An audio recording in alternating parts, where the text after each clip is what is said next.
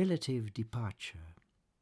Where is our love of ancient days, when all was rosy red, and everything was more than beautiful, as we went basking in our youth, of only positiveness, generosity, and sunshine, while humility was ruler of the universe, and we subordinated naturally, feeling part of it and sharing it with joy and harmony of limitless proportions?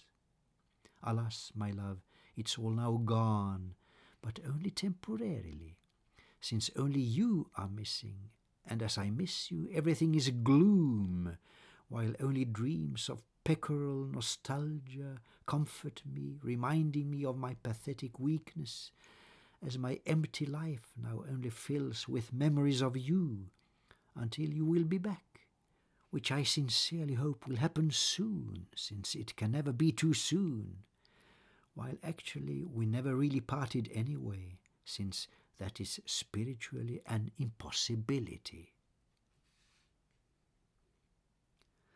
The harmony of our souls.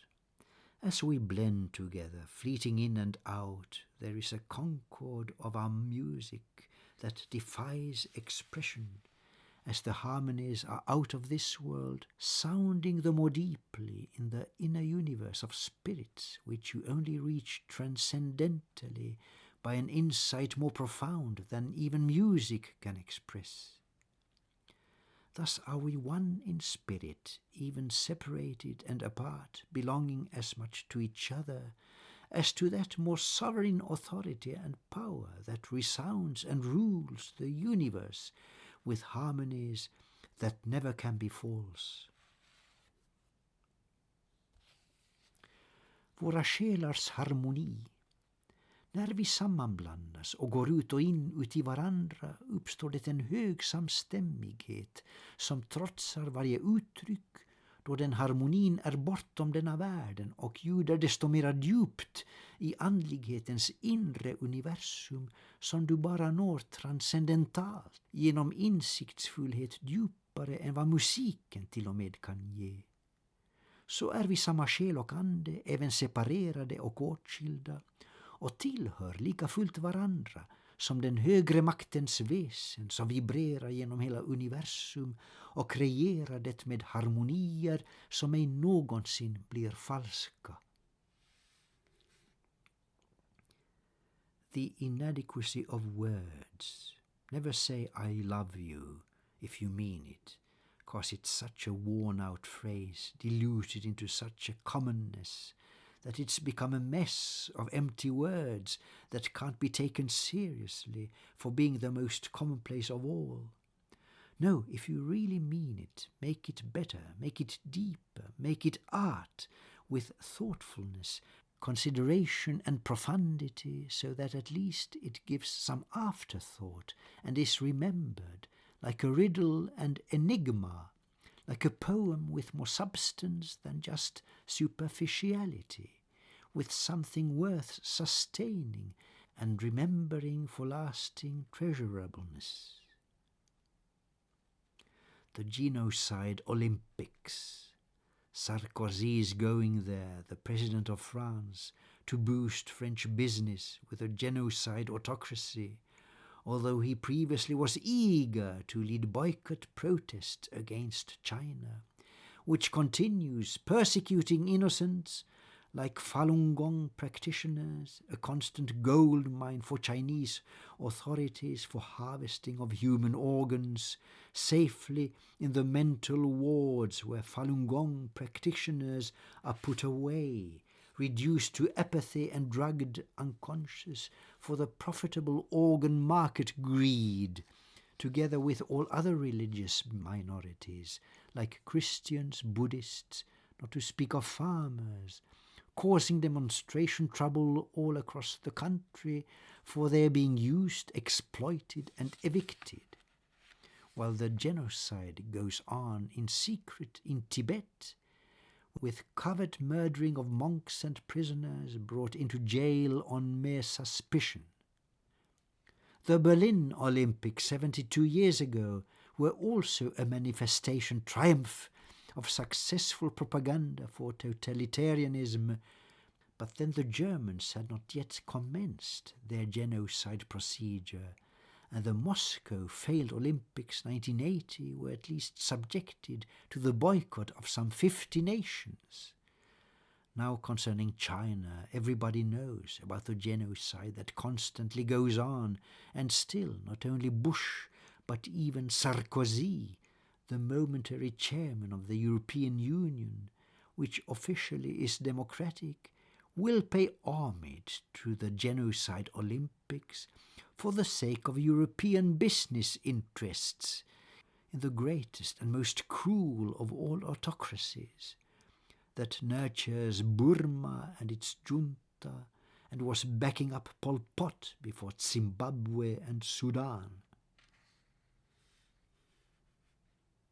Folkmordsolympiaden. Sarkozy ska åka dit, Frankrikes president, för Frankrikes affärsintressens skull hos folkmordsdiktaturen. Fastän tidigare han var ivrig för bojkott av Kina, som lugnt fortsätter förfölja de oskyldiga som falungongutövare, en medicinsk organguldgruva för kinesiska affärsintressen inom medicinen, då de lugnt kan skörda mänskliga organ, där de stängt in bandlysta falungongutövare på hemliga mentalsjukhus och håller dem neddrogade och hjärnförlamade för skörd och exploatering av deras organ för den så lukrativa internationella marknaden, tillsammans med besläktade kategorier av ej önskvärda, som kristna och buddhister och medvetna bönder som orsakar bråk och demonstrerar över hela landet för att de har förfördelats, utnyttjats och vräkts. Allt medan folkmorden i hemlighet fortsätter i Tibet och Turkestan med hemliga avrättningar av munkar och av fångar som berövats friheten för minsta misstanke. När olympiaden firades för 72 år sedan i Berlin var även det en triumfartad manifestation av lyckad propaganda för en diktatur, men då höll tyskarna ännu på med något folkmord. Olympiaden 1980 i Moskva bojkottades av 50 länder, men beträffande den aktuella Kina-situationen kände alla till vad Kina hade gjort och gjorde med sitt ständigt pågående folkmord. Men ändå så ställde inte bara Bush upp, men även Sarkozy, ordföranden just nu för Europas union, som ändå anses vara någon sorts demokrati. För folkmordsolympiaden, för de europeiska affärernas intressens sak, rövslickande den grymmaste och största diktaturen, som ser till att Burma-juntan kan fortsätta sitt omänskliga förtryck och som förgav Pol Pot-regimen allt sitt stöd, förrän de även sanktionerade Zimbabwe och Sudan med deras folkmord.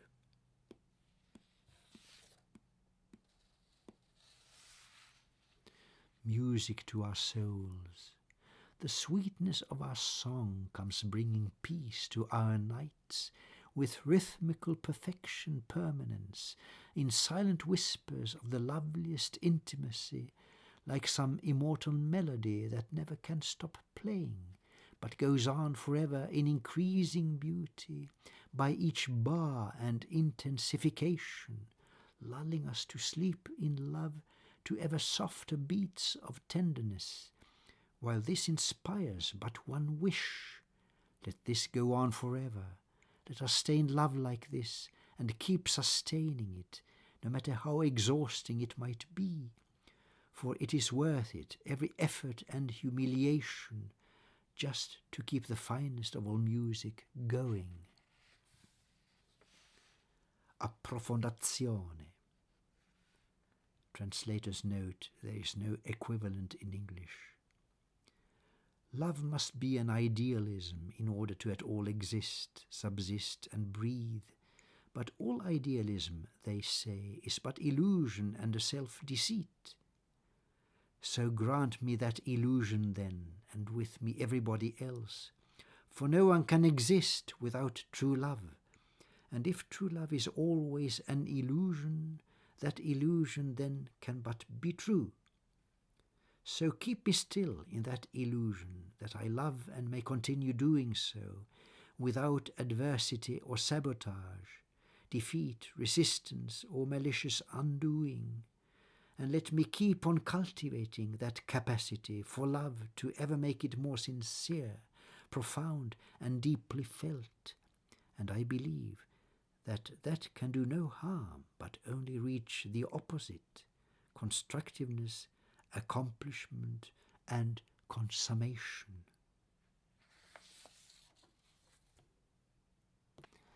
Anticipation. No matter how we age, for me you will always be the same, like in our youth when we were at our fairest. And although our withering since 30 years have marked our brows with sinister corruption, our friendship has increased the more in beauty and in depth of mutual respect. What are all worldly sorrows with a global meltdown and our planet burning up, with human poisoning of carelessness corrupting our environment, to the pleasure of our meeting once again, together after too long a geographic separation? Looking forward to our reuniting and the reinforcement of our friendship is for me a universal joy of such immensity that it excludes the possibility of any worldly crisis. The hippie king.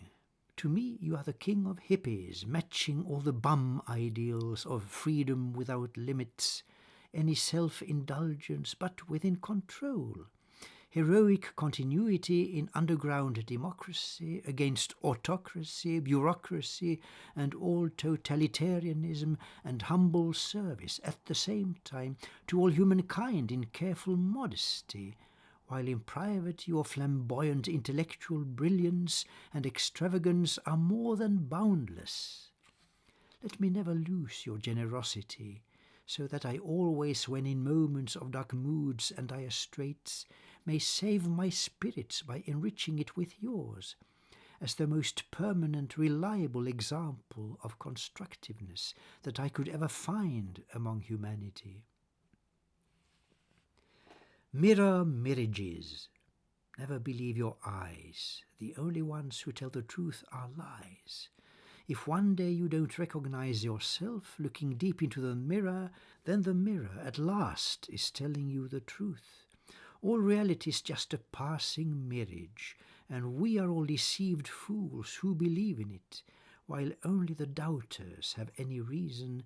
Only the sufferers know life, only tears know love, only pain is free from lies, and only death can open your eyes and will reveal the only actual reality, which is the somber machinations behind this shallow faked shadow play which exists only to bury the soul alive. Speglade hägringar, tro aldrig vad du ser. Sanningen avslöjas blott av lögner. Om du en dag inte längre ser dig själv i spegeln, så har spegeln äntligen för en gångs skull sagt sanningen. All verklighet är bara en bedräglig hägringsflyktighet, och vi idioter som vill hålla oss till den är bara självbedragna narrar och bedragare, då endast tvivlare har något sunt förnuft, då endast det som lider känner livet, endast det som gråter känner kärleken, och endast smärtan är helt fri från lögner, medan endast döden öppnar våra ögon för att avslöja den enda faktiska realiteten, som är allt det bistra osynliga i kulisserna bakom det falska ytliga skuggspelet av vårt fåfänga livs bittra oskönhet, som existerar blott för att begrava själen levande. When in darkest moods I think of you, my love, with all the nastiness that we together have gone through, I don't know whether I shall weep or rave, and risk indulging in them both ferociously, while there is very little comfort in the fact that our love is still enduring, although we can almost never see each other. Wallowing in my imagination of how it could be and could have been is like a masochistic escapism that offers as much pain as sensual release, as if the bad accompaniment of good was necessary. I would rather do without reality then than be without those dreams of mirage comfort that seem after all more real than cruel reality, since there is more love in my wishful thinking than in all the world of sensual deception. I mörka ögonblick, när i svaga ögonblick av djupa depressioner jag flyr hem till dig i mina tankar och betänker allt det fasansfulla vi tillsammans gått igenom, vet jag inte om jag ska bli galen eller gråta, men riskerar båda delarna och det ordentligt. Medan det finns väldigt lite tröst i det att faktiskt genom allt vår kärlek dock har överlevt, fastän vi nästan aldrig mer kan se varandra. Frossandet i mina fantasier över hur det kunde vara och kunde ha blivit är som ett slags masochistisk eskapism som skänker lika mycket smärta som tillfällig lindring, som om allt det goda alltid måste ledsagas av ont. Jag är då hellre utan verkligheten än försakar dessa drömmars hägringar av tröst, som trots allt verkar mera tillförlitliga än verklighetens grymhet, då det finns så mycket mera kärlek i mitt önsketänkande än i all världens sinnliga bedrägerier. When your life is ruined, what do you do when your life is ruined to those who ruined it? Revenge? Is any retaliation possible? Seek justice and amendment, correction of mistakes and arbitrary wrongs? Protest and demonstrate and join the street mobs? No, it's all a waste of energy and time. The only thing worth doing is to start again all over, patiently from the beginning, and at best you'll next time manage to avoid the parasites, hyenas, brutes and hooligans, those ignorants who did not know what they were doing. Bland ruinerna. Vad gör man när man fått sitt liv förstört med dem som avsiktligt förstörde det?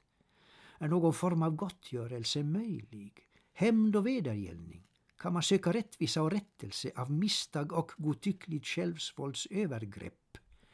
Ska man gå ut och demonstrera, arrangera vilda strejker, protestera våldsamt och bli del av gatuvåldet och dess pöbel? Nej, det är allt bara slöseri med tid och energi. Det enda vettiga att göra är att starta om och börja om från början, med att tålmodigt försöka bygga upp allting på nytt. Och har man tur kan man i bästa fall en annan gång undvika parasiterna, hyenorna, barbarerna och huliganerna och alla destruktiva idioter som i okunskap ej visste vad de gjorde. Unacceptability. Who shall save the world when everything is going wrong? The only superpower going down the bog of economical disaster as the natural result of warring madness, failure in Iraq, a king-size caca and the worst mistake in US history, destroying universally its credibility while it gets into the economic clutches of the greatest, cruelest and worst dictatorship, the fascist state of lies called China, spreading its colonial tentacles all round in Southeast Asia and Africa, a new colonial superpower to which USA is falling into economic slavery. What shall we do? What can we do? I'm afraid that all that we can do is to at least take care of our own freedom and integrity as individuals, refusing brainwash, imposition and extortion, and our hope and comfort is the fact that all successful revolutions start from inside, in the heart and soul, and that at least is still in our possession and our power.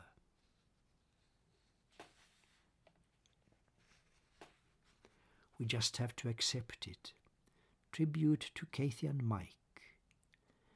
It's such a pleasure to have it confirmed that you are still around, Mike, and that we have never lost you.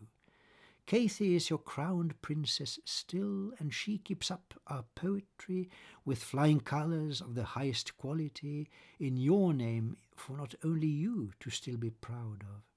Celebrating you this day is already a tradition. Kathy on the day of Herman Melville and his elder sailing writing colleague Henry Dana, and we do it now with even greater emphasis because of the regretted absence of our missing Mike, although our celebration at the same time for the character it takes becomes sincerely a reminder of his being still around and being with us, most of all with you, of course. Accept my humble celebration on your birthday, as I ever will continue to accept that Mike was here to never leave us. Love unbreakable. I hope you always will remain aware that I remain as constant in our love as ever, dreaming of you every night when we don't sleep together, to enjoy the only perfect bliss that sexuality can offer, reaching satisfaction without hurting, although it is never without pains. You were the only one who never slowed me down, while at the same time our love was always reciprocal, never without dialogue, return and feedback, which is why it always could continue growing and expanding and developing. The crises that were unavoidable with constant interruptions never led to infidelity or any breakup, but to glorious renewals only, resurrections and continued richness of our intercourse. Of course, we hope that it will last forever, while we both know that although it must be definitely interrupted sometime, it will merely continue in another life to just take on another form again. Oslagbar kärlek. Jag hoppas att du alltid är förvissad om att jag förblir så trogen i vår kärlek som jag alltid varit, då jag drömmer om dig varje natt, som vi ej delar i den enda salighet som sexualitet kan erbjuda, fulländad tillfredsställelse och utan kränkning, utan övergrepp och utan sår i känslorna, hur mycket det ändå kan göra ont. Du var den enda som mig någonsin höll mig tillbaka, lade broms på mig och krävde mindre än jag gav. Allt medan ändå kärleken emellan oss förblev beständigt ömsesidig genom dialog och växelverkan, varför den jämt fortsatte att växa, utvecklas och expandera. Kriserna var oundvikliga med sina avbrotts ständighet, men ledde aldrig till att länkar brast i otrohet, men blott till härliga uppståndelser och återhämtningar med rikare intensitet i umgänget än någonsin. Naturligtvis så hoppas vi att det ska alltid vara så, allt medan vi dock vet för väl att fastän det en gång ska avbrytas definitivt, så blir det bara för att i ett annat liv tas upp igen i andra former.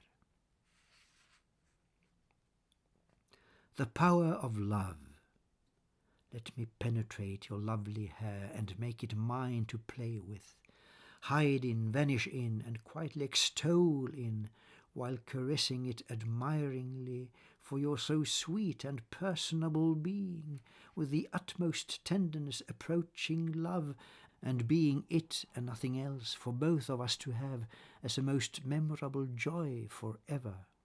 Let me dream of you with only goodness, and I will be certain that our mutual love eventually will by its enigmatical delight redeem all mankind, history, and all the rotten world.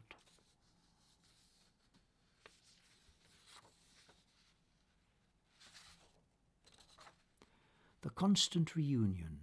My friend, we seek each other only once a year, but every time it is like yesterday since we last met and parted, just to join again year after year, as if all time was but a fleeting moment's nonsense of no consequence at all, an unimportant twinkling of an eye, which makes all history appear as most absurd, considering the real condition of dimensions.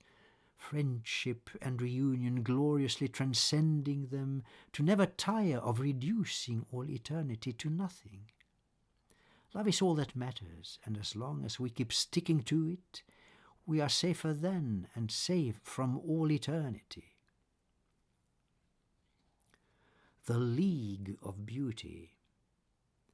They are everywhere, the partners and the intimates of this our union, those who know the worth of beauty, and who therefore are subscribed to love forever with a constancy transcending the material universe with all its vague illusions that are bound to ever lose to beauty's inner worth that overcomes all egoistic artifice of vanity, mundane ambition, greed and folly, to forever and continually restore the order of life's only everlasting law of all existence, that the truth of love and beauty is the only league that holds, ensuring life and nature and survival, and that nothing can withstand the force of love.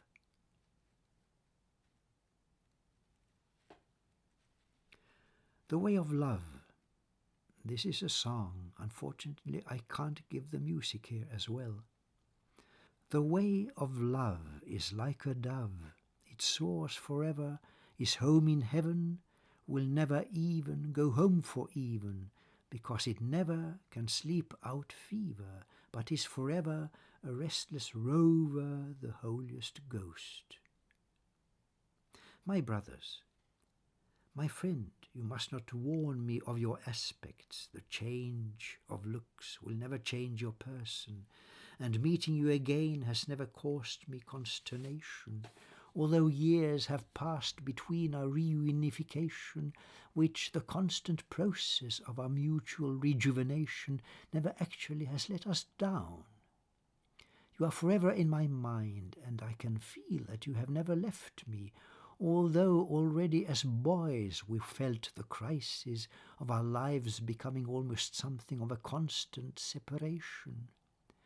Strangely, both my best friends were approximately born on the same day, like twins, but so extremely opposite each other in their background, character and personality, and even in their opposite approach to love. And still, you are to me more close than brothers, and I know that brotherhood will last much longer and beyond all ties of family and blood. An ancient love dream. Why do you fade so early, lovely ladies, who give out your love too early, wasting it on wrong unworthies, never to recover fully from mistakes that mark your lives unnecessarily with far too early grown grey hairs? You used to have the loveliest hair in all the world, and longest, marking your integrity and freedom, for that is the meaning of long hair, a demonstration of personal freedom, while you still, in spite of decades of mistakes and wrongs and sufferings, have that personal freedom left, and are the same in soul with all your beauty. Once I gave you all my love to never take it back, and my word counts as much today as it did then of all my warmest love and friendship, which still makes us twins of destiny, forever on the quest of new discoveries, of how to win and grow and manifest that love that for some reason never became ours.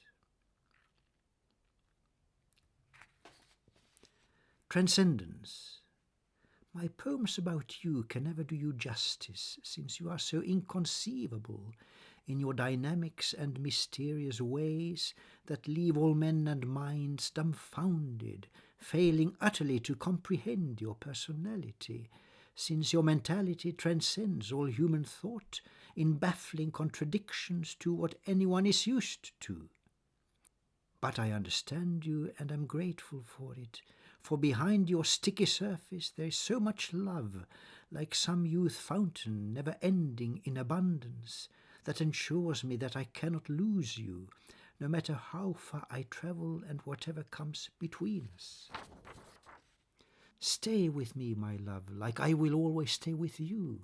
our love defying every hindrance, overcoming every distance, turning every difference between us to its contrary.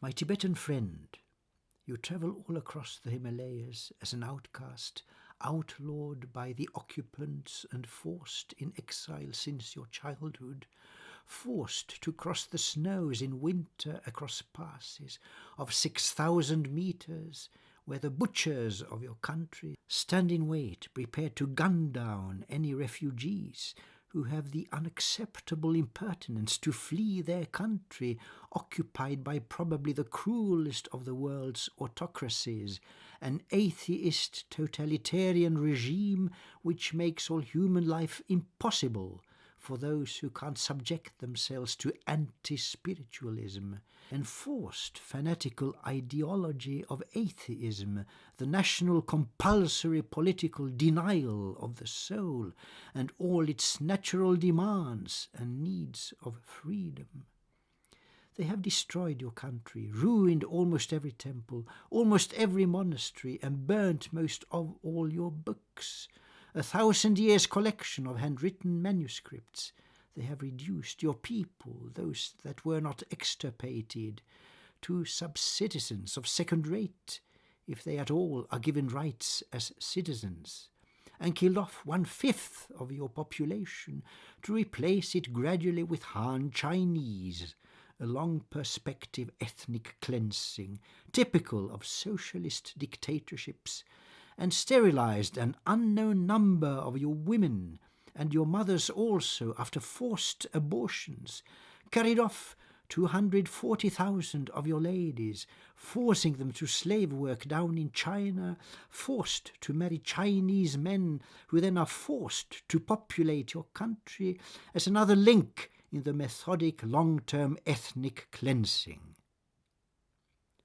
How many of you have already been lost in concentration camps, in prisons, tortured to extinction, or abducted already as children to be brainwashed and brought up as Chinese puppet capos? As the Jews keep screaming on and on with every right to every now and then remind the world of crimes against humanity committed by political autocracy, as you Tibetans, Uyghurs and Mongolians never must stop showing up your testimony to the world about the slow but fatal Holocaust that still goes on today and has been carried on for 60 years by the totalitarian party ruling the Chinese.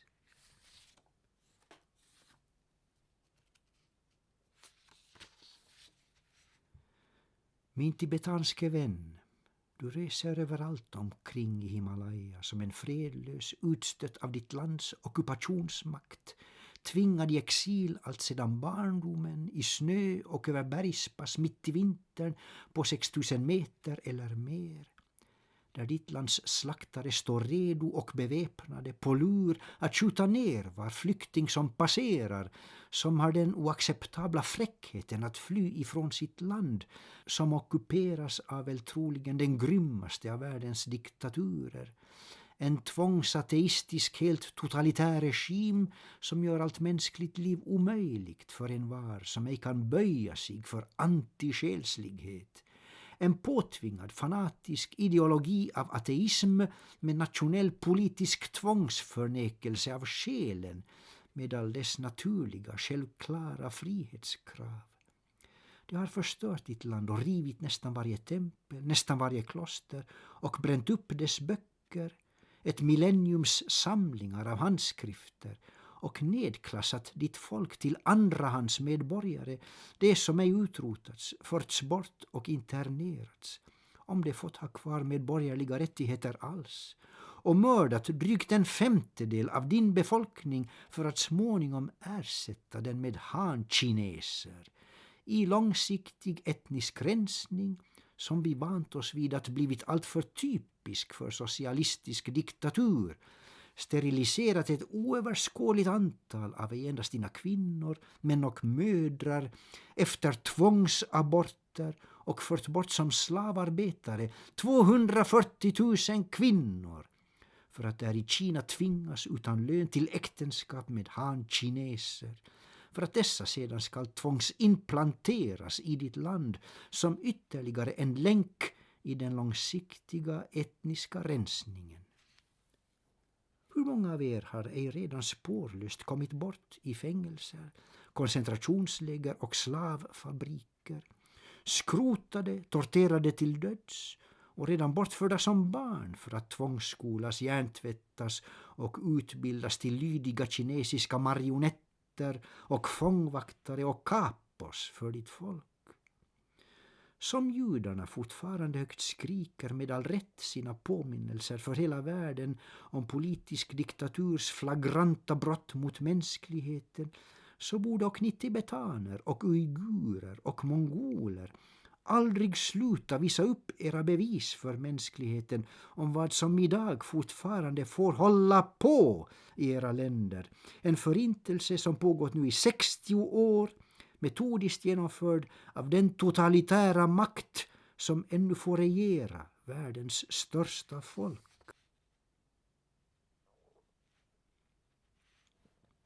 The Forest. This is an old story from 1968 full of symbolisms. Canto 1. 1. Be it far from me to have pretensions to be any kind of poet, but in this world and the other one, I think that anyone would certainly agree there are some things that cannot well be told except by words transcending sense and the conventional reality as we accept and know it.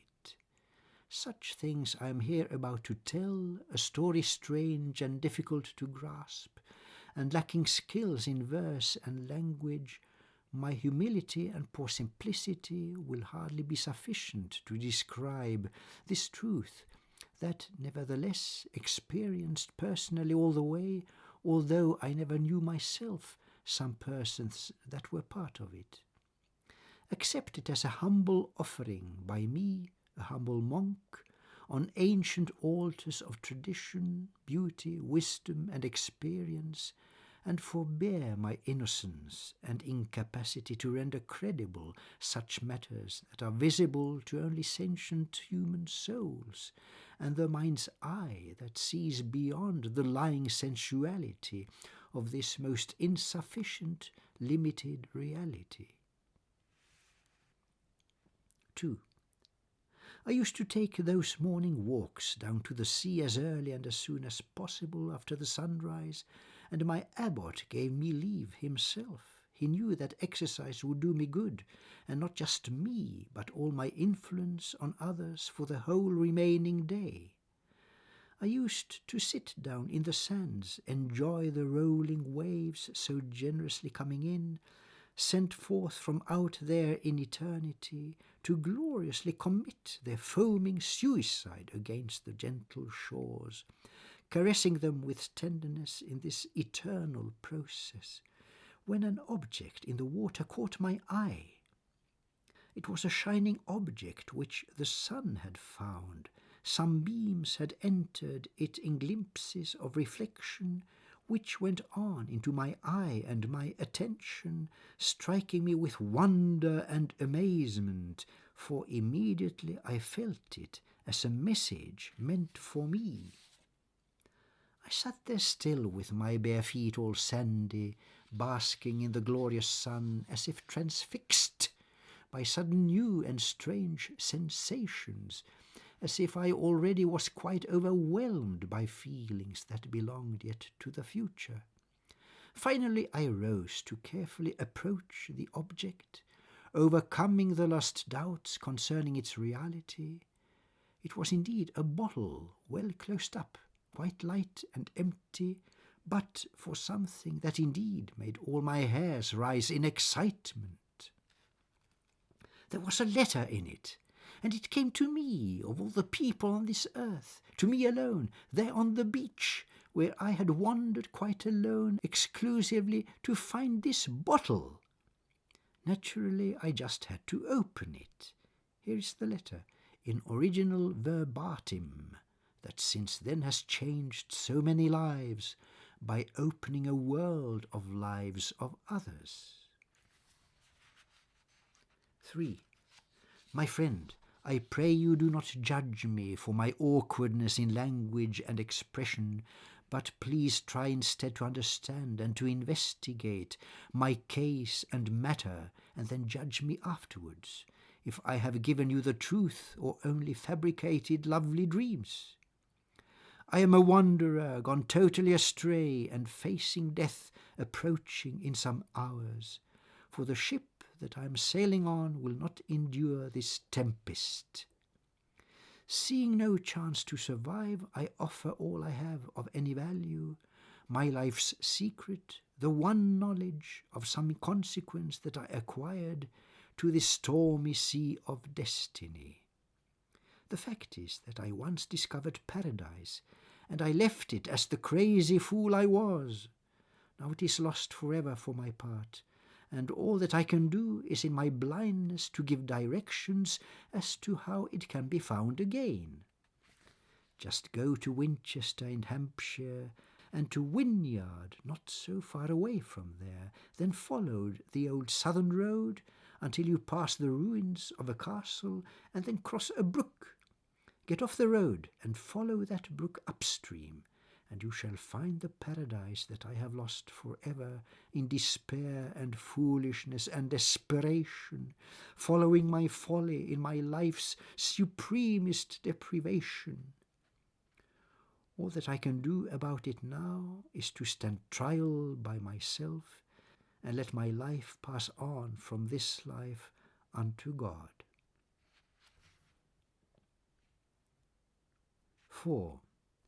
Thus spoke this enigmatic wondrous letter, anonymously, with no signature, to me, who was unknown to this unhappy writer, shipwrecked now, no doubt, and lost at sea, and dead and never buried. I was totally beyond myself for pity, and committed instantly myself in tears and prayers for the poor man's fate and soul. And although he was dead, and I would never know him, thus he spoke to me in graver earnest and directness than did ever any living man whom I met in my lifetime. 5. My steps were burdened and slowed down by serious pondering and wondrous feelings on my way back to the monastery, and my fellow monks there wondered what had turned me so reflective all of a sudden, and tried teasing me and cheering me with no success whatever. They had to be satisfied with my simple explanation that I would discuss the matter only with our abbot and with no one else. Of course, I did not show my confidential letter. My old abbot, like a father to us all, sat quietly as usual in the monastery garden, busy at his roses, herbs, and other lovely flowers, when I dared approach him, and he saw immediately that there was something deeply serious that had happened to me of some bother. I went to the point directly, showing him the flask and the fantastic letter, and explaining the concern of this new situation. He immediately laid all his brows in wrinkles and was perfectly immersed in the predicament. He understood me wholly and looked serious about it. Finally he spoke, and I was all attention. 6. My son, this is a matter of delicacy that cannot be trifled with. Not only is it a concern of life and death, but it is also evidently the last words and will of someone dying, leaving a most vital message for posterity, which he has committed to the ocean without any other choice, which fortune has placed in your hands, the humblest monk among us of all people. There is certainly a hidden meaning in this matter, and I have to ask you to investigate it. The directions could not be much clearer. All you have to do is just to follow them and see what place, if there is any, this poor outcast shipwrecked sailor talks about. Do not expect too much. There might be nothing in it, but if there is something, you should certainly discover it, fate having put his secret in your hands. Good luck, my son, and I expect you to come back when you are ready with at best some very interesting report that even might turn out intriguing. He turned the letter back to me, and I was free to go, entrusted with a sacred mission that, I can't deny, enlivened me with joyful spirits. 7. My fellows in the dormitory turned, of course, quite curious when I packed my rucksack for a journey of some week or so, but I said nothing to them of my errand. But when I return, I'll let you know. But how can I inform you of my journey's mission when I haven't started on it yet and knowing nothing of where I am going? They were satisfied with that and let me go. And so I started on the first and greatest journey of my life. 8. It was not difficult, but only pleasurable, leaving everything behind in basking sunshine as the spring was entering triumphantly and light was king all round the world. The walk was nice and long. I passed the site of Glastonbury on the way and visited my uncle, who was bishop in old Winchester, who wondered greatly at my errand. "Why on earth are you let loose? Don't tell me you've been sent upon a mission." I could only gratify his worst suspicions, and I told him everything and showed the letter, whereupon he laughed his sides off, rattling all his vicarage and Winchester to its foundations, whereupon he let me go as soon as we had finished a most glorious dinner that would last for days and better than supplies. 9. Thus I went on and followed the instructions of the letter. They were clear enough, and not even the weather offered me the slightest difficulty. I walked swiftly on and found the river and the bridge and started following the brook upstream. I felt the strangeness of this moment of some destiny of truth unknown, and wondered in what fairy tale this wonderful adventure would project me. I was soon enough to know, as gradually the country grew less habited and wilderness grew more apparent, as the brook led me into a forest finally. It was an ancient forest, mainly of majestic beeches, and the prevalent characteristic mood was peace and quiet of a most inspiring and awesome nature, so as almost some old chapel or cathedral was to be expected somewhere near. And then I came to what I almost felt that had to be the centre of the forest sanctuary, where silence ruled and everything was still, and where the waters of the brook was like a mirror parted in two streams that joined together peacefully and formed a little island. Then I couldn't keep my feelings any more inside me. They freaked out, and I freaked out with them in a most irresistible exhilaration that knew no bounds, but burst out laughing in a joy of universal freedom and release, the like of which I never had experienced before. It was sensational and could not be contained, as if I suddenly had found the formula of world salvation but could not explain it. I just had to sit down, relax, and laugh my heart out in this greatest joy of bliss that came from nowhere, but replenished, permeated, overwhelmed, and influenced so palpably all life around me that I knew for sure I had to have arrived in paradise itself and nowhere else, directly, manifestly, definitely, and demonstrably. 10. As I calmed down, the greatest miracle of all awaited me. There was a house. It was a small house by the stream, magnificently pretty in its humble aspects, built with love, undoubtedly, with lovely wooden carvings. But what baffled me the most was the apparent fact that someone lived there, and, my heart made quite a leap, was even there at home. My heart made many thumping leaps as I with quaking expectations neared the lovely house, and slowly and more slowly by each step, until I finally dared move the handle of the door.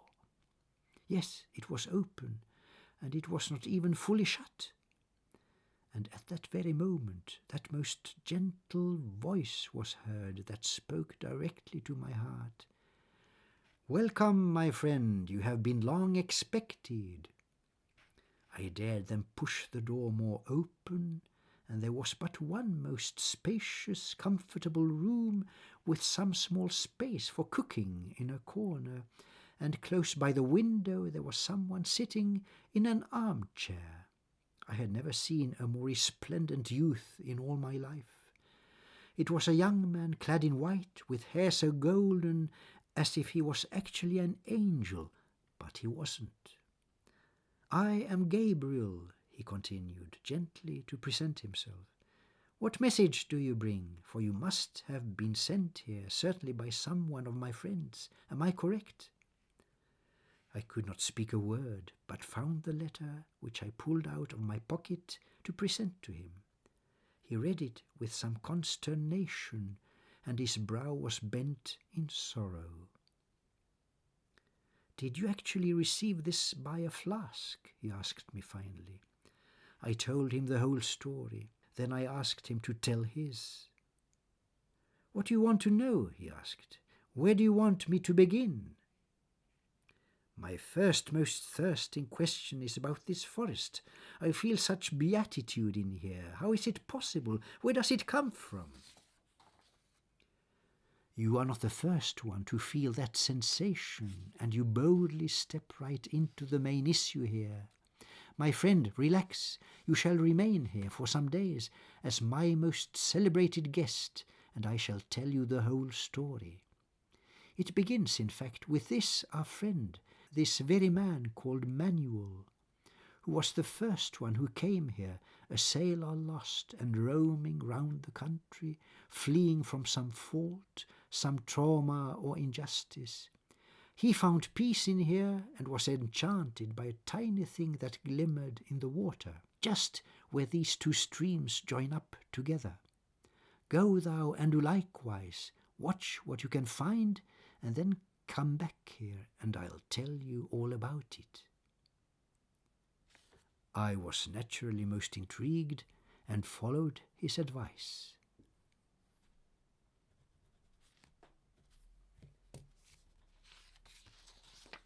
11. As I lay down there by the stream and searched into the waters, what I found was something most extraordinary. Shining on the bottom of the brook there was a golden ring of such amazing regularity and charm and beauty that I could not leave it by my sight. And there, I realized immediately, was the whole story. I had to tear myself away by force, returned to Gabriel in the house and told him what I had discovered. I could read the story in its beaming force of wonder, but I would prefer to hear it more exactly from yourself, I told him. You were wise, my friend, to keep away from touching it, and your reward shall be, of course, to hear it all, the full account of this most fundamental love story of all, as Manuel read it from the ring and as I lived it through myself, with my own parents and especially my mother. But it is a lengthy narrative indeed, so I suggest we start our session with a cup of tea. Is that all right? Of course, that was the best way of an introduction, so the last thing I did was to protest. He prepared the tea, I had some milk in it, he didn't, and then he sat down and started to recount the most intriguing fairy tale that I so far had heard.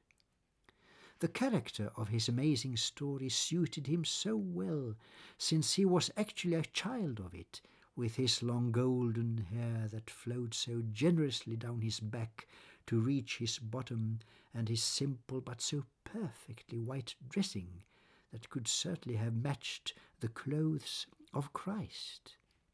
and this is now his matchless story. Canto 2.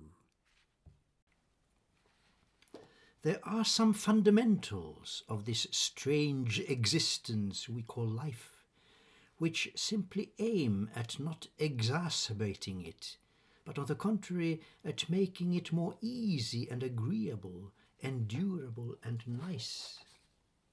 The heart of these recommendations concern, of course, the strange phenomenon on such a universal bearing on us all that everything depends on it. Love is, of course, to everlastingly be cherished, cultivated, practiced, and disseminated, but with care and always kindly. It must not be enforced, for then the only consequence is backfire, which can lead to anything destructive. You shall hear our story, which is all about the consequence of love, for good, for worse, but never without consequences. 2. Thus spoke the fairest man that I had ever seen, all clad in white, with golden hair down to his waist, not even 20, but still with such a wisdom, as if he had been an old soul ever, with experience enough to teach all mankind how to make it better and get more aware and wiser. 3. He was a kind of rover of the sea, no roots ashore, although he was a doctor, shunning his own kind and living only for the aliens, innocents of wilderness, the undestroyed of nature, preferably of some romantic, pure environment of virgin beauty, ocean shores and mountains, like Tahiti and the Southeast Asian archipelago, but most of it had already been spoilt and ruined. There were still, however, some few archipelagos unknown to white men's greed, and one of them was only known to him. It was the 7 islands of Yagande, far away beyond all maps and charts of knowledge, and it was his habit once a year to go there, selling trinkets and some medicines for pearls and costly handicrafts and jewels, which he then would sell on the Calcutta market at some modest profit. Thus his only use of his monopoly was to preserve it, keep it virgin and unknown, and act as its protector, while he modestly enjoyed the local fame of being venerated as the only white man known at all to all the natives of Yagande. But one year he brought a fellow with him. 4. He was of some dark romantic hue, a sailor born and famous for his legendary seamanship, as he once as a youngster actually had managed quite alone to bring a ship without its captain through a storm. He was from Venice, but, like Dr. Magnus, kept roaming about around the world, with no safe haven to find peace and rest in. They had met at some bazaar in Bombay or Calcutta, and at that time Dr. Magnus needed some spare hands. The storms, typhoons and hurricanes around the Indian Ocean growing worse, so that he felt the need to play it safer, going out to remote islands beyond any chart without a single person knowing where he was. As you grow older, loneliness becomes an alien company, while instead the urge of sharing grows more imminent. Quite simply, Dr. Magnus asked his newfound mate, "Would there be any interest on your part to come along with me to unknown South Pacific isles, which no one in geography has ever heard of?" The Venetian sailor asked immediately, "That is exactly what I need. Do such islands still exist?" And he was on. 5. They reached the islands early after dawn one morning, and people gathered everywhere along the shores to greet them with a wondrous song of welcome, which they sang in parts, in clear and stupefying harmony, preparing garlands to receive the yearly visitor. But the activity and eagerness along the shores, among the steadily increasing groups of curious people, were enhanced when it was noticed that their loved friend the doctor this year had brought with him a companion who looked interesting indeed. 6. As they were fetched ashore by outriggers, the king himself embarking on his sumptuous royal boat to offer them a very special welcome, as they almost were submerged in garish garlands, they were lifted upon shoulders of the natives on the shore, to then be promptly carried to the king's house for a most pacific banquet, while the singing and the celebrating went on enthusiastically.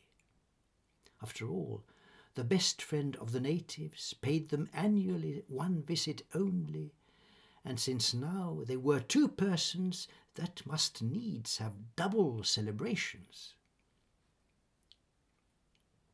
7. As they sat down to their royal banquet in the king's house, there was no end to the affluence of the most exquisite, delicious cooking of the South Seas. Present at the presentation of the king's whole family, with wives and sons and other relatives, whose status and relationships were out of definition, there was also the king's one and only daughter, a fair maid of perfect and exotic beauty, in her best age and not yet in full bloom. As the sailor's eyes discovered her, she went under his skin immediately and stayed there, and he could not concentrate on any matter else all through the overwhelming dinner. Dr. Magnus saw that something dangerous had happened and gave him a friendly warning. Mind you, as the only daughter of the king, she is everything to him, and he will never part with her. There have been suitors, lots of them, but no one will get through without some testing. If the test is failed, the suitor's life is lost. Appalled, but not deterred, the sailor asked, "Have many suitors thus been executed?"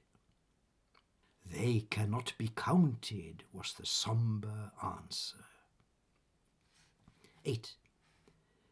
Naturally, the more the sailor's interest grew in that most fascinatingly attractive princess, with her dark brown, olive-reddish hair in most intoxicating generosity and richness, flowing far beneath her bottom, especially as she did not remain for dinner, but departed suddenly as soon as she had seen him. That could only mean one thing, and he was well aware of it. 9. He had no interest, therefore, in remaining bored and stuffed by far too many dishes at the royal table, but as soon as it was possible for him to break and move out from the culinary slavery, he made polite excuses, indicating natural demands, and went out for a vital breath of fresher air.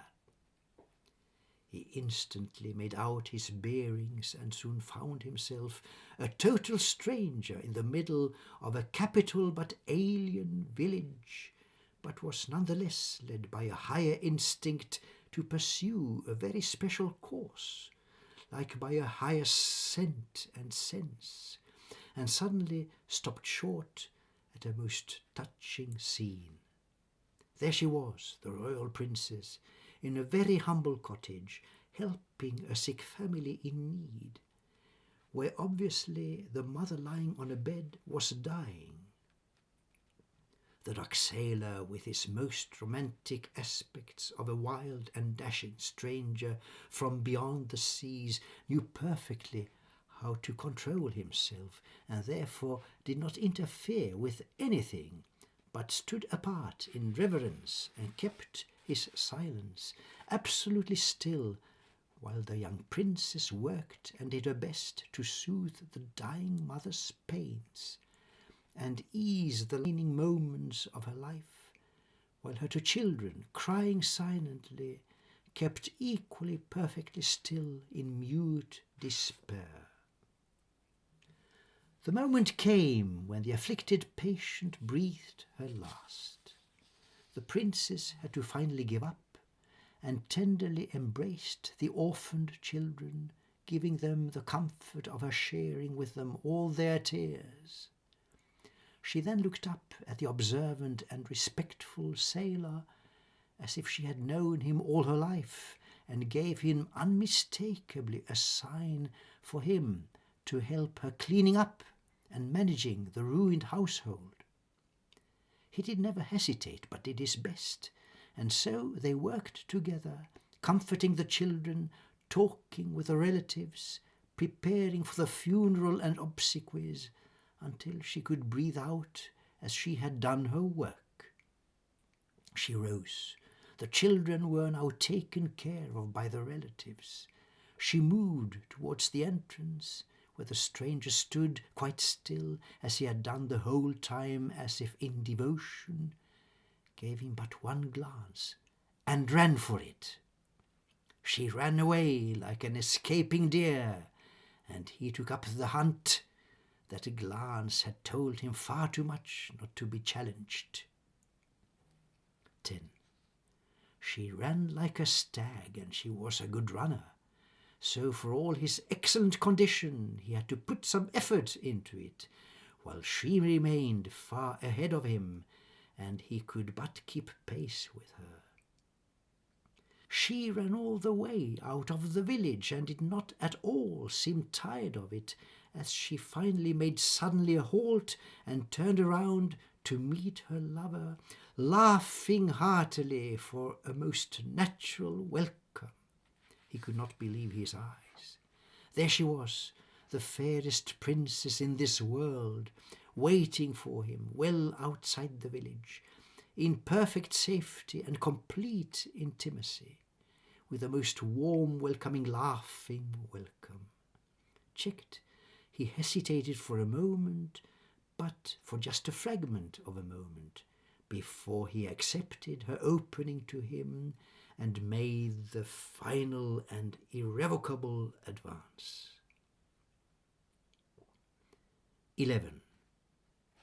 When they both were tired out and rested in the shadows of the hiding palms, she gently stroked his rich, dark, longish hair that matched her own most perfectly, in shades of darkness with some dark blonde streaks, as his was growing also, as all hairs will ever do, although not as far beneath his shoulders as did hers, and hold him intimately warm with tenderness.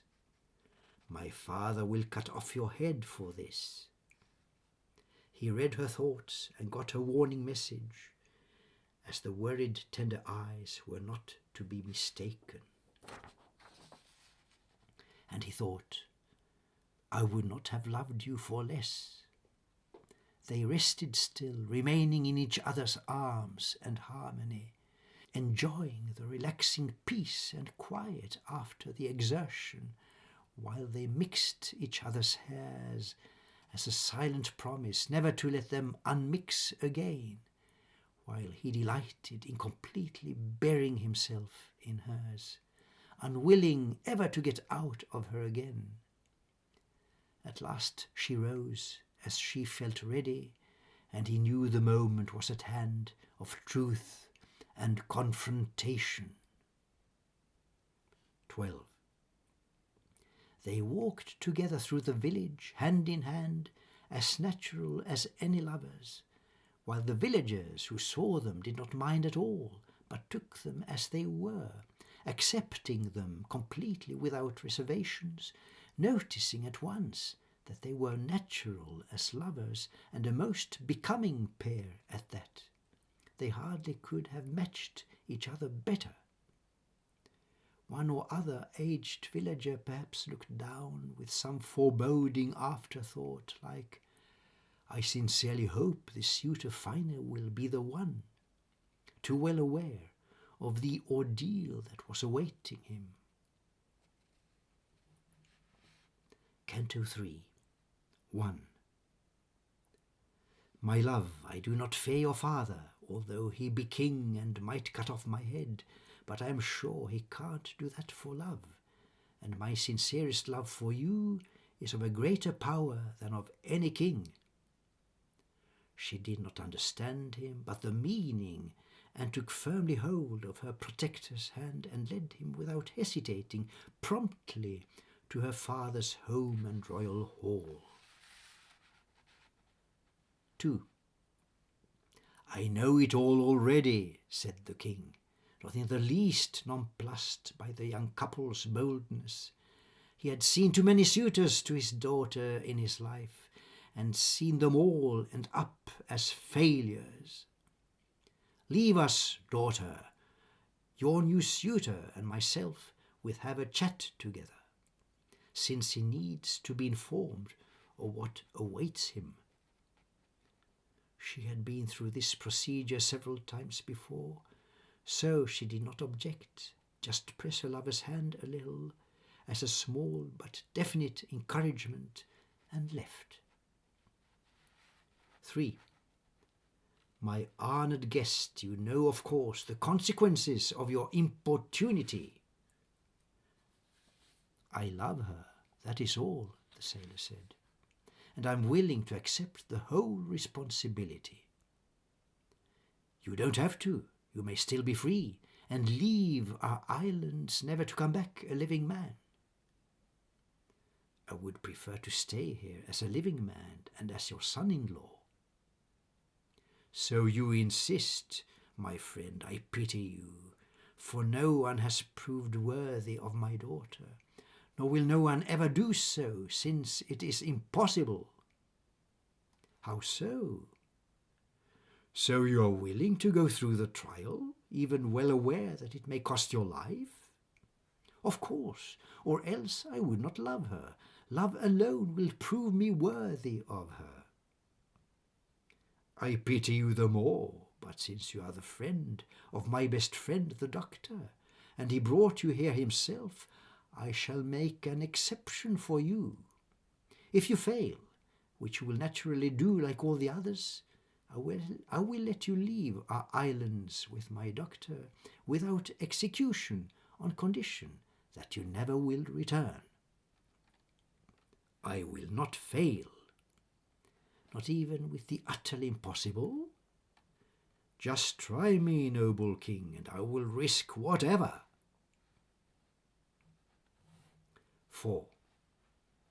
Not even to himself the king could quite deny that he was just a little bit impressed by this romantic stranger's stalwart courage, and he wondered at his lack of hesitation, and did almost think, how sad that he will not become my son-in-law.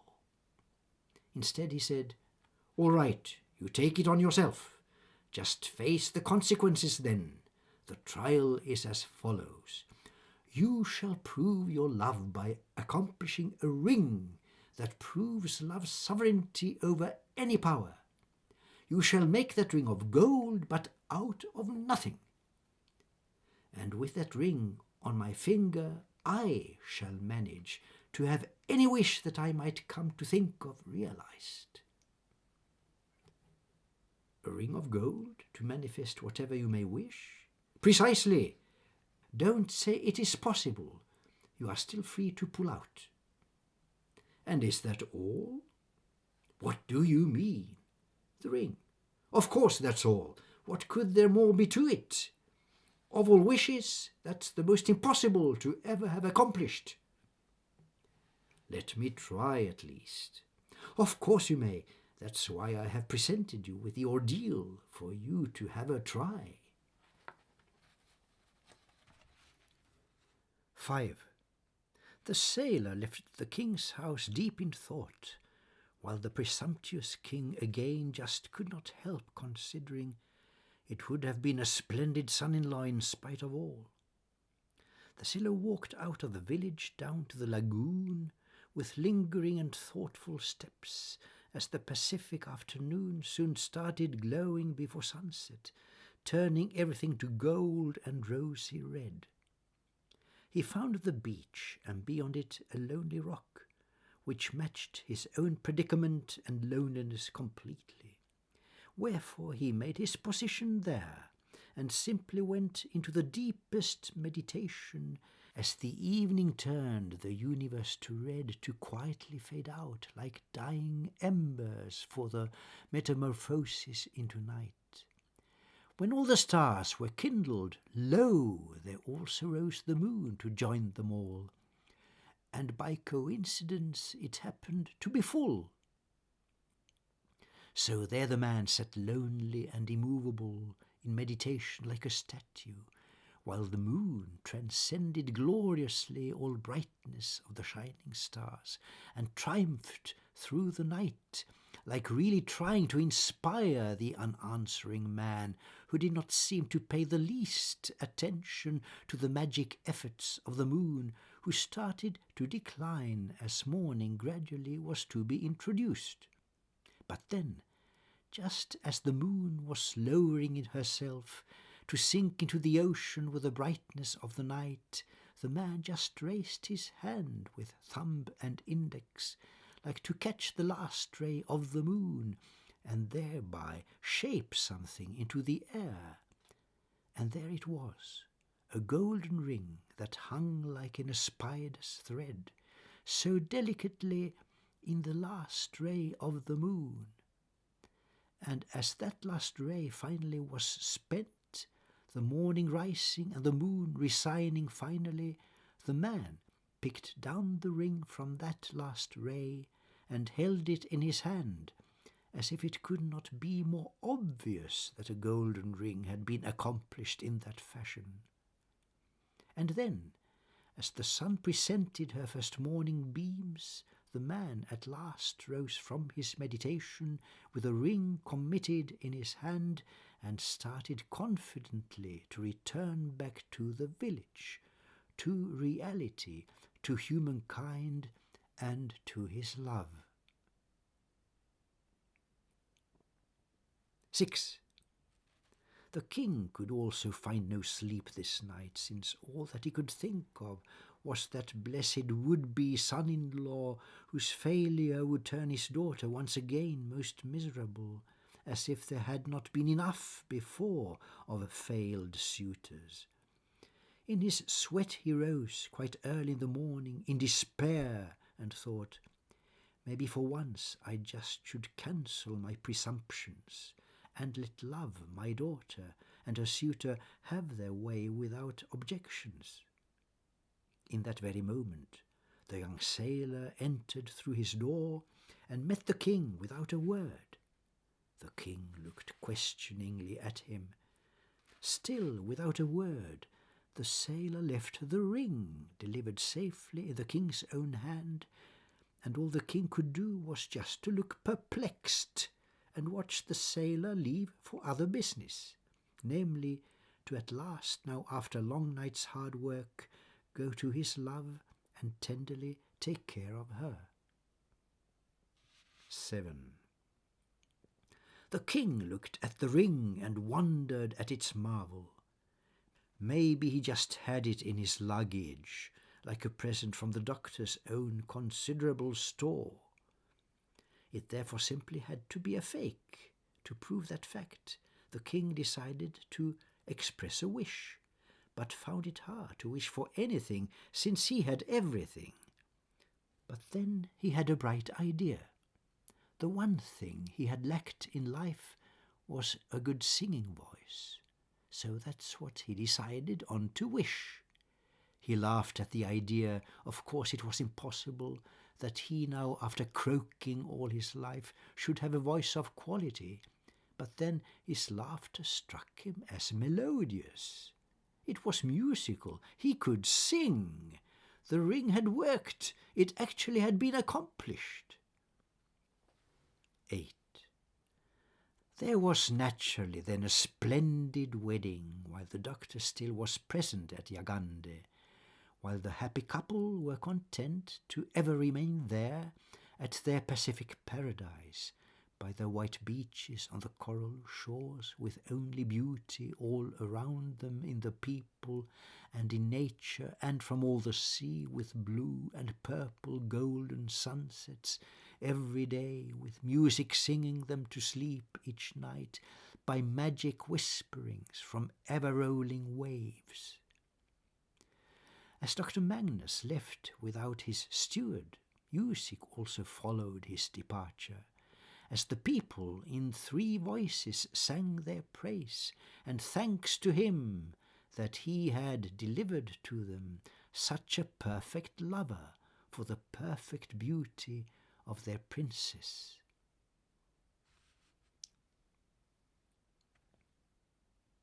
Canto 4, 1. The king, however, felt misgivings at the power of the ring and was afraid that it might one day be abused. He never dared again to wish for anything, since that one wish had so astounded him by coming true. To make it certain, to exclude all possible abuse, he went out to the far point of his island, where the river mouthed into the sea, and there he flung the ring into the current, hoping it would bring it out into the ocean, there to bury it forever. But, however, there was one small fish that saw the golden object glimmer in the water, and just not to let it go, he simply caught it in his mouth and wondered what to do with it. I know, he thought, I shall deliver it at present to the fairest of all mermaids, to the Ocean King's own daughter. I shall give it as a humble token of my even humbler adoration. 2. But it was no easy quest our little fish had found to his commitment, for the sea was vast, encompassing the entire globe, and the sweet mermaid lived in its profoundest depths, far from the ordinary streams and currents, but our fish knew how to seek her out.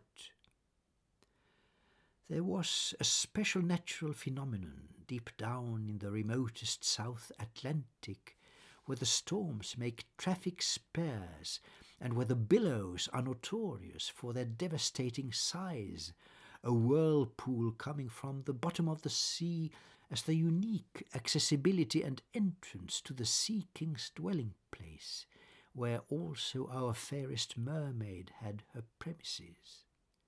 Our fish sought out the outskirts of the whirlpool and allowed himself to follow and get caught therein, and so he soon was on his way down to the bottom of the sea, where the lights increase the further down you get, the whirlpool being constantly illuminated by the brightest plankton and the smallest living beings carrying their own light. 3. Thus gradually the fish was willingly dragged down into the slowly brightening profoundest abyss of the South Atlantic, where the Sea King had his palace. He had visited the mermaid princess once before, so he knew well his ways into the royal virgin chamber, where the princess at the moment was quite busy combing out her long and flowing greenish silken hair. "My fish, you have returned," she cried for joy, as she immediately did recognize the small but friendly fish. "My princess, yes, and with a mission, for I have a present for you." And the fish delivered what he so by chance had found. She took it up and marvelled at its perfect rounded form. There never was a circle made so perfect as this ring, and she did greatly wonder as to how it had been made, and could not guess, of course, that it had once been shaped from the last ray of a full moon at morning at its very fullest. 4. She could not in any other way show her enormous gratitude than by indulging in a kiss between the eyes of the small fish, which made him blush considerably. Never had he been so overwhelmed by such a royal grace. He swam away, beatified, while she had put the ring upon her finger and resumed her combing. But of course, like combs so often do, it suddenly got stuck in that rich hair of hers, and she lost all her patience. Useless comb, I wish I had one that would never more get stuck. And suddenly there was another comb beside her. Where did that come from, she thought, and used it, and it pleased her greatly by not getting stuck at all, which made her wonder even more. 5. As the days passed, she now and then again was taken by surprise by the alarming fact that her small petty wishes suddenly came true, and she began to think about how this phenomenon had started. She remembered well the visit of a small admirer, the fish, and tried for luck the innocent experiment of daring to express a wish without the ring upon her finger. Nothing happened. She again tried that experiment without and with the ring alternately, and thus empirically she found out the secret of the ring. This goes beyond me and my limited capacity, she thought, and went with this new worrying problem to her father. She explained it all to him. He shook his head and couldn't quite believe it, but she proved the fact to him, which turned him serious. 6. My daughter, finally the Sea-King said, this gift from out of nowhere, from a small red herring, offers us a terrible responsibility, and we shall have no choice but to apply it well. She nodded, since her train of thoughts had been the same. You know that all our oceans with all wildlife seriously are threatened by the recklessness of man. Our entire world is being poisoned and polluted by his ignorance and self-indulgent carelessness, as if he was alone and easily could do alone without all nature and without all other forms of life, forgetting that he is dependent on the ecosystems and that they will work and flow without disturbance, keeping naturally the whole planet clean, while he alone keeps ruining it with dirt and rubbish. Several of our rarest species have already been exterminated by his carelessness and egoistic folly. Let us do something about it, since we here now have the means. 7. She instantly caught on and was completely with him. Thus they went together for the strangest quest, abandoning the safety of their royal palace at the bottom of the South Atlantic to embark upon a journey that would last for all their lives, preserving natural resources everywhere, restoring paradises, saving species and creating safe environments, protection areas and wildlife havens, inaccessible to man, the all-invading monster, for the preservation and protection of all kinds of life. 8.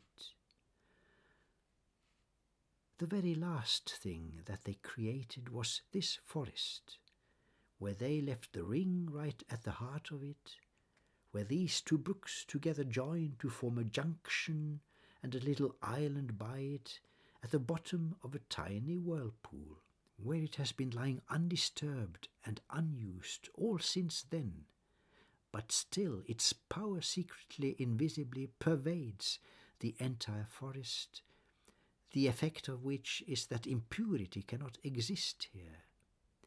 Everyone who enters is completely purified in soul and body in a natural etheric process which no one can fail to be affected by, most positively, which of course you felt yourself.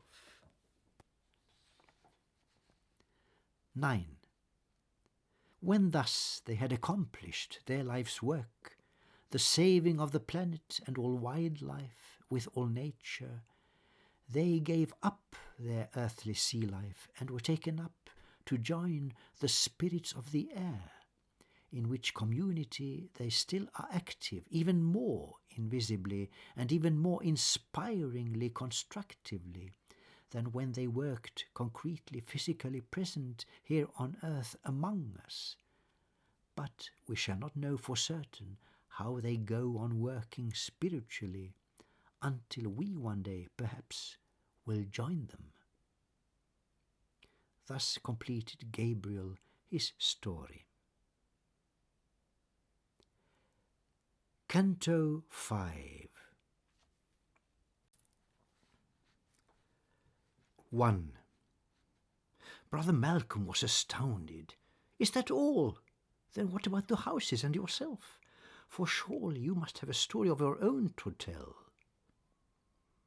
Indeed, said Gabriel, but that is a more complicated one, and not entirely pleasant, for you see it is a tragedy. A tragedy? How come? How is it possible? In this consummate paradise of peace and harmony? You must be kidding. That would be the utterly supremest paradox. I am not joking, although I can understand your incredulity, but all things here, as you can see, are utterly incredible. But on the other hand, my friend, there's nothing nor in heaven nor on earth or in the seas that is impossible. 2.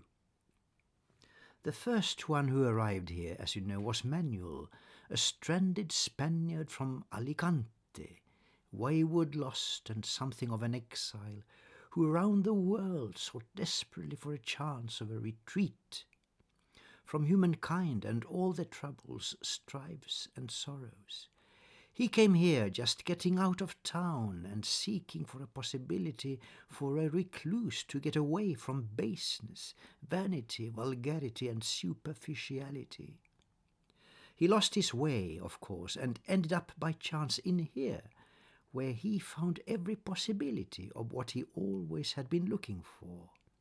He stayed, of course, and built the first small cottage, which he called the house, for he was skillful as a craftsman.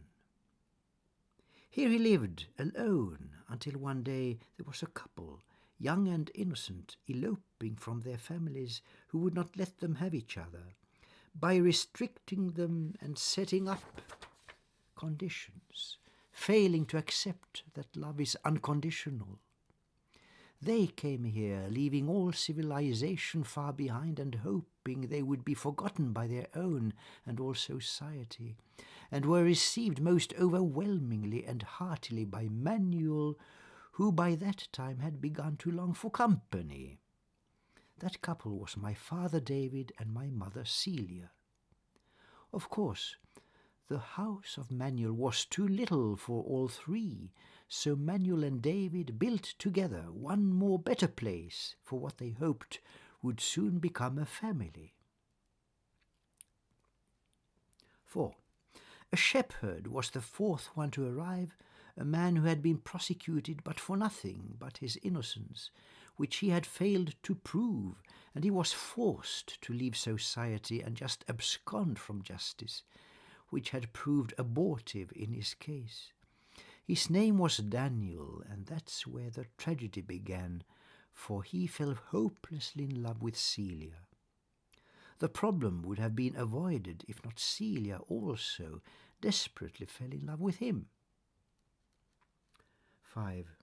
I was expected then already, but before I had been born it was a fact that Celia already had known her lover, while my father David had resigned in sadness more or less. He built the last house here, a bit in further up the forest, which you cannot see from here, to live there by himself. So I was born not only out of wedlock, but of double wedlock, since I was received not by my father, but by Daniel. And did your father not object? Was there no jealousy, no natural defence for his so violated fatherhood? There was no quarrel, only conversation. Celia, he said, why did you do it? David, love is not resistible. It is, as you well know, completely unconditional, and Daniel took me by a storm. I fell in love with him, and there was nothing I could do about it. But our son, did you not owe his father any loyalty? A child comes with the stalk. It is a gift by Providence, no matter who the father is, and is a person independent of his father and his mother spiritually from his birth. You have no right of property to him, neither have I, and neither have you any right of property to me. We are all independent, but with some responsibility towards our son and for each other in survival, but as friends and without bonds. We came here to be free, and there is nothing more important than that freedom for our lives and our community. And David left the others to be lone and sad, while Celia and Daniel stayed together to assume the full responsibility for me and for my well-being and health as infant. 6. Even in a paradise like this, life can become monotonous and boring.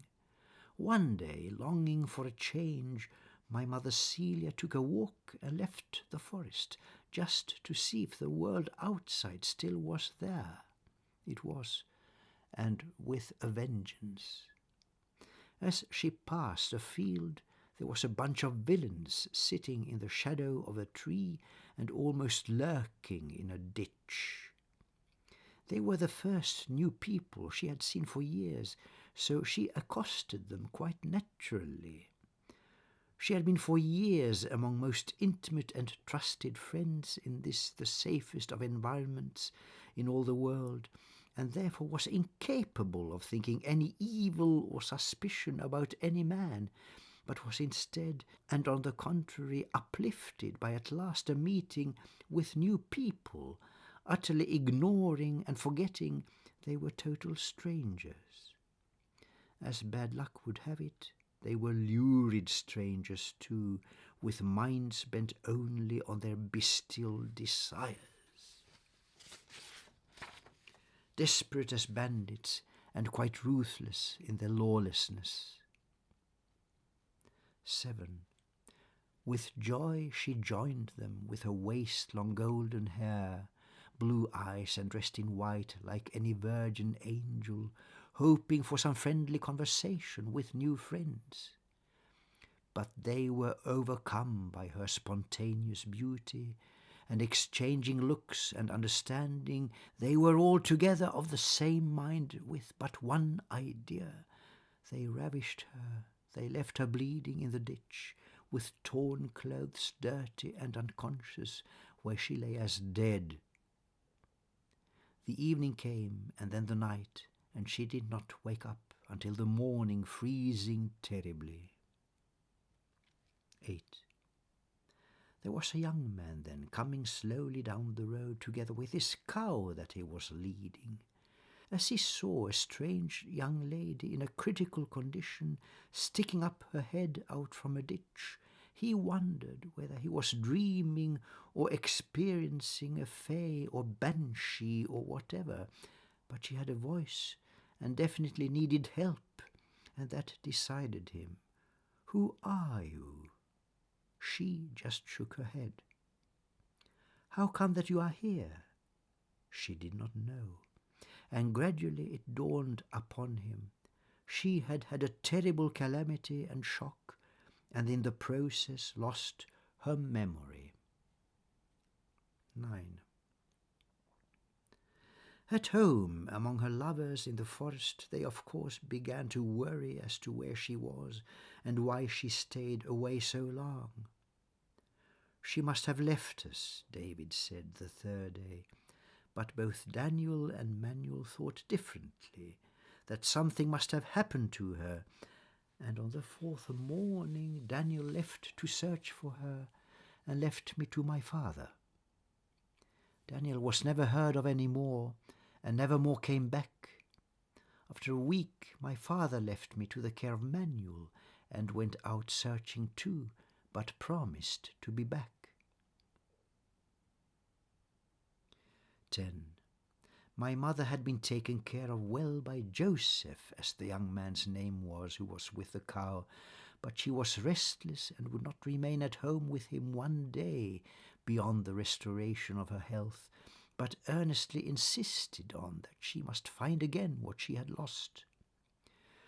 She didn't even have a hunch about what had occurred to her or anything out of her history. The only thing she knew, and knew for certain, was that she had lost a priceless thing that had to be recovered. Nothing could restore her memory, no therapy, no rest, no cure, no deep research into her mind. Her grave amnesia seemed complete and hopeless, but she would go searching for her losses anyway, a quest and search in total blindness in the dark. But Joseph felt responsibility and would assist her, following her destiny as if it was his own.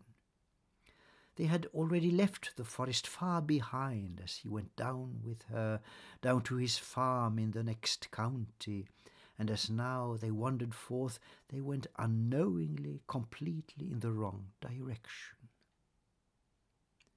11. As they wandered aimlessly at random, they one sunny afternoon came down and faced the sea.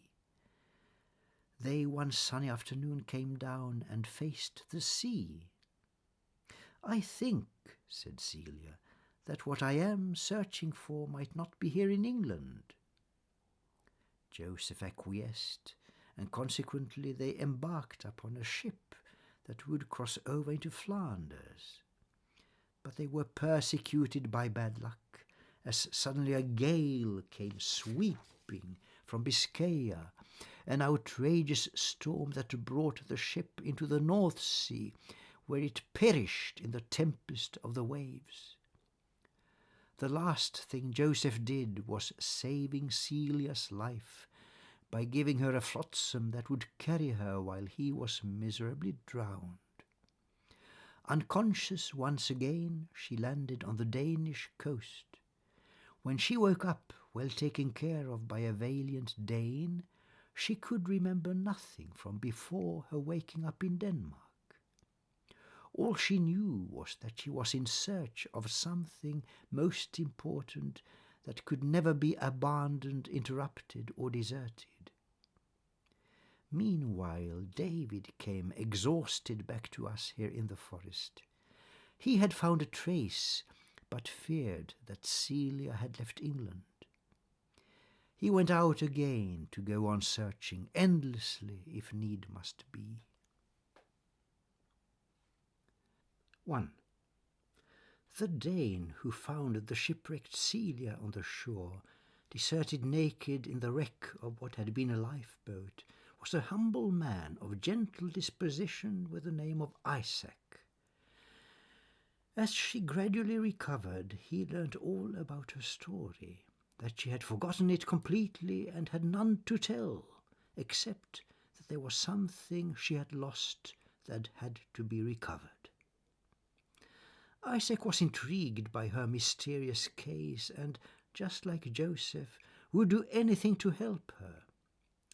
She felt not at home in Denmark. Scandinavia was too cold and slow in mind for her, so she believed she had to search the continent for what she needed. Thus their strange odyssey started that would take them through a number of exotic and romantic countries. 2. They wandered through all Germany down to the Bodensee, where for some time they lingered in the beautiful surroundings until she was certain there was nothing for her there to find. They walked on eastwards and finally arrived in Vienna. There she found herself in spirit slightly liberated by the fact that Vienna was a capital of music, talented composers being active everywhere, especially a small man wearing spectacles, who was distressed and driven to despair by some dilettante orchestra that could not get his music right, no matter how much he rehearsed and tried again, as if the music was too beautiful to be made justice. It was something of a ballet opera called Rosamundi. 3. There was also most jovial composer with a most impressing beard with pea soup in it, playing hard at cards with an eccentric colleague with a most unpractical mustachio. If he was to drink whatever or eat soup, it was, as it was said, the waltz king and the king of symphony. But Vienna was not theirs for anything to find in spite of all the splendid music, so they just moved on, past Graz and into Italy. 4. In Venice they were asked to pose as models for a picture by an aged master who found something very striking in the homeless searching pair. He boasted he was almost 99 years old and active as a painter still, although his eyesight gave him problems and he used his hands instead of brushes. There was also an American, a bearded, melancholy fellow from Key West, who seemed quite sentimental, but in Venice, as in Vienna, they found nothing. So they just continued south as far as Sicily, returned from there to take a ship to Greece, which Celia loved and felt at home in, but still nothing was recovered. They continued into Turkey, Syria, and Israel, but there decided to return to Europe. 5. David found their trace in Danish Esbjerg, and from there he tracked them down through Germany and Austria to Italy and Greece, but there he lost their trail. 6. He still keeps searching for them somewhere on the European continent and mainly around the Mediterranean, and he is quite certain that he ultimately once will bring them back again. The sad thing is that they have never found their way, in spite of all their wanderings, back home to England, and not even into France, but keep on wandering and searching constantly, but in the wrong direction. If my mother, when she woke up in the ditch, had just sought shelter in the nearest forest, I am sure she would have instantly been saved, but she instead went searching constantly astray, as if the merest effort of her search was a blind alley. 7. David now and then came back, but each time after an extended search and longer journey, so the periods he was gone grew longer every time. Now he has not been back for 7 years, and when the 4th year came, my last friend Manuel here set out to help him. 8. Daniel is lost forever. There is no hope of his reappearance, after 16 years by now, and who knows where my father is. And finally there was a stranger coming here, and it was you, a lovable and humble monk with, I regret to say, the worst news possible of Manuel's death. I'm sure he aimed at coming back here with some news, but what that news was we shall never know. And out there somewhere, David, my good father, keeps on searching for his love, my mother Celia, who with Isaac keeps on wandering all over Europe, maybe also Asia, for the search of what she never can recover. I have given up all hope now after 16 years, and am content with just remaining here, as something of a hermit and preserving all the memories, the memory of her and what she lost, and keeping up their homes in case of their return, maybe after another 10 or 15 years. 9. The last thing David told me just before he left last time was something strange about my mother. When she last was seen in Israel 10 years ago, she was still young and fresh, without a trace of age, as if a tragedy had fixed her in unchanging youth, still blonde, with very long and golden hair, and with no wrinkle and not even crow's feet in the corners of her eyes. And Isaac also has remained as young as he was when he found her.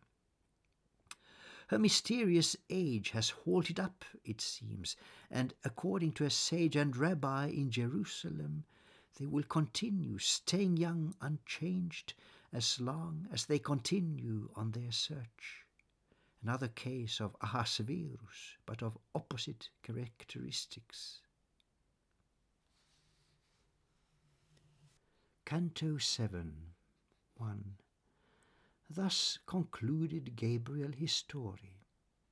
Malcolm looked at him aghast with admiration and compassion, turbulent mixed feelings, but was more impressed than he had ever been, especially by Gabriel's personality, which seemed serenity itself in perfect harmony and consummation of maturity and beauty, all embalmed in this fair youth of timeless charm.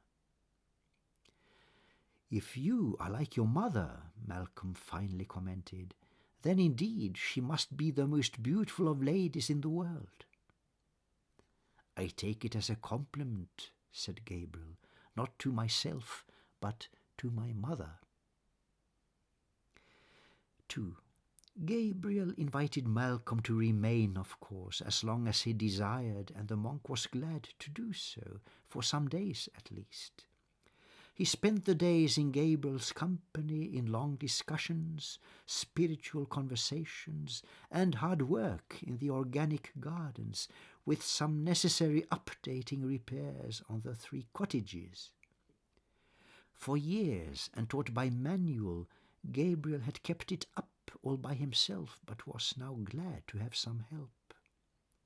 3. But finally the hour was come for Malcolm to depart. "I would not want my abbot to start worrying, and surely he expects me back with some anxiety, and so do many others." Gabriel agreed.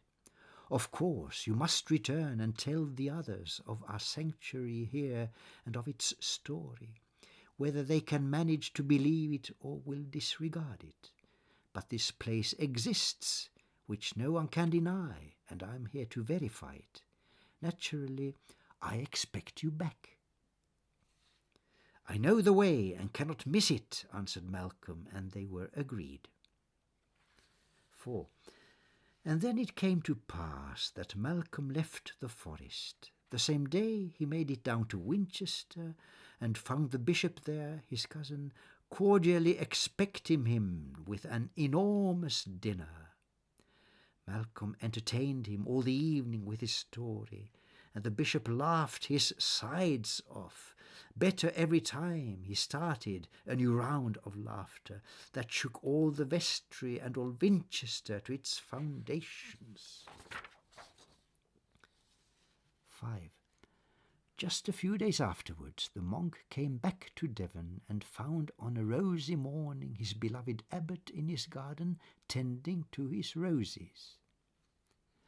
"Well, my friend," the abbot said, most naturally calm, "what did you find? And what did you expect to find? Don't tell me you were disappointed." "On the contrary, my father, I found much more than I ever could expect. I found a forest." "Tell me what you mean," the abbot said, and he was mighty serious. Malcolm had no choice but to relate the entire story from beginning to the end, without omitting any details. 6. Afterwards the abbot kept his silence for a long while, thinking deep and thoroughly digesting Malcolm's strange account, as if to ponder whether he could take it seriously or as a fake. At last the abbot spoke, but without raising his grave looks. "My friend," he said, "this verifies what I believed in always. You have found a forest, but it's not unique. Each forest in the world is no less sacred than the one that destiny has led your footsteps to. In ancient days we worshipped every tree, especially the oaken ones, because they were the oldest, therefore the most venerable of all life's manifestations. Every kind of life is sacred, and not just your forest, although it may be the very ultimate, unalienable evidence of the eternal sanctity of every kind of life. 7. And thus the forest soon became a place of pilgrimage and worship. One of the 3 houses, Manuel's, the first one, was transformed into a chapel, and our brother Malcolm was bequeathed with the responsibility and taking care of it. A monk in charge thereof, he spent more time with Gabriel in the forest than at his own monastery. 8. Once a wayward wanderer came back from far abroad. It actually was David, who had found a trace of Celia and Isaac far away in Persia and India. That's where he was heading next. He could not stay, he said, for more than a few days, but was impressed and enthusiastic about what the monks had done to cultivate the forest, raising it to a more sacred status than it had before, and making it a busy place for pilgrimage. 9. And thus the story ends.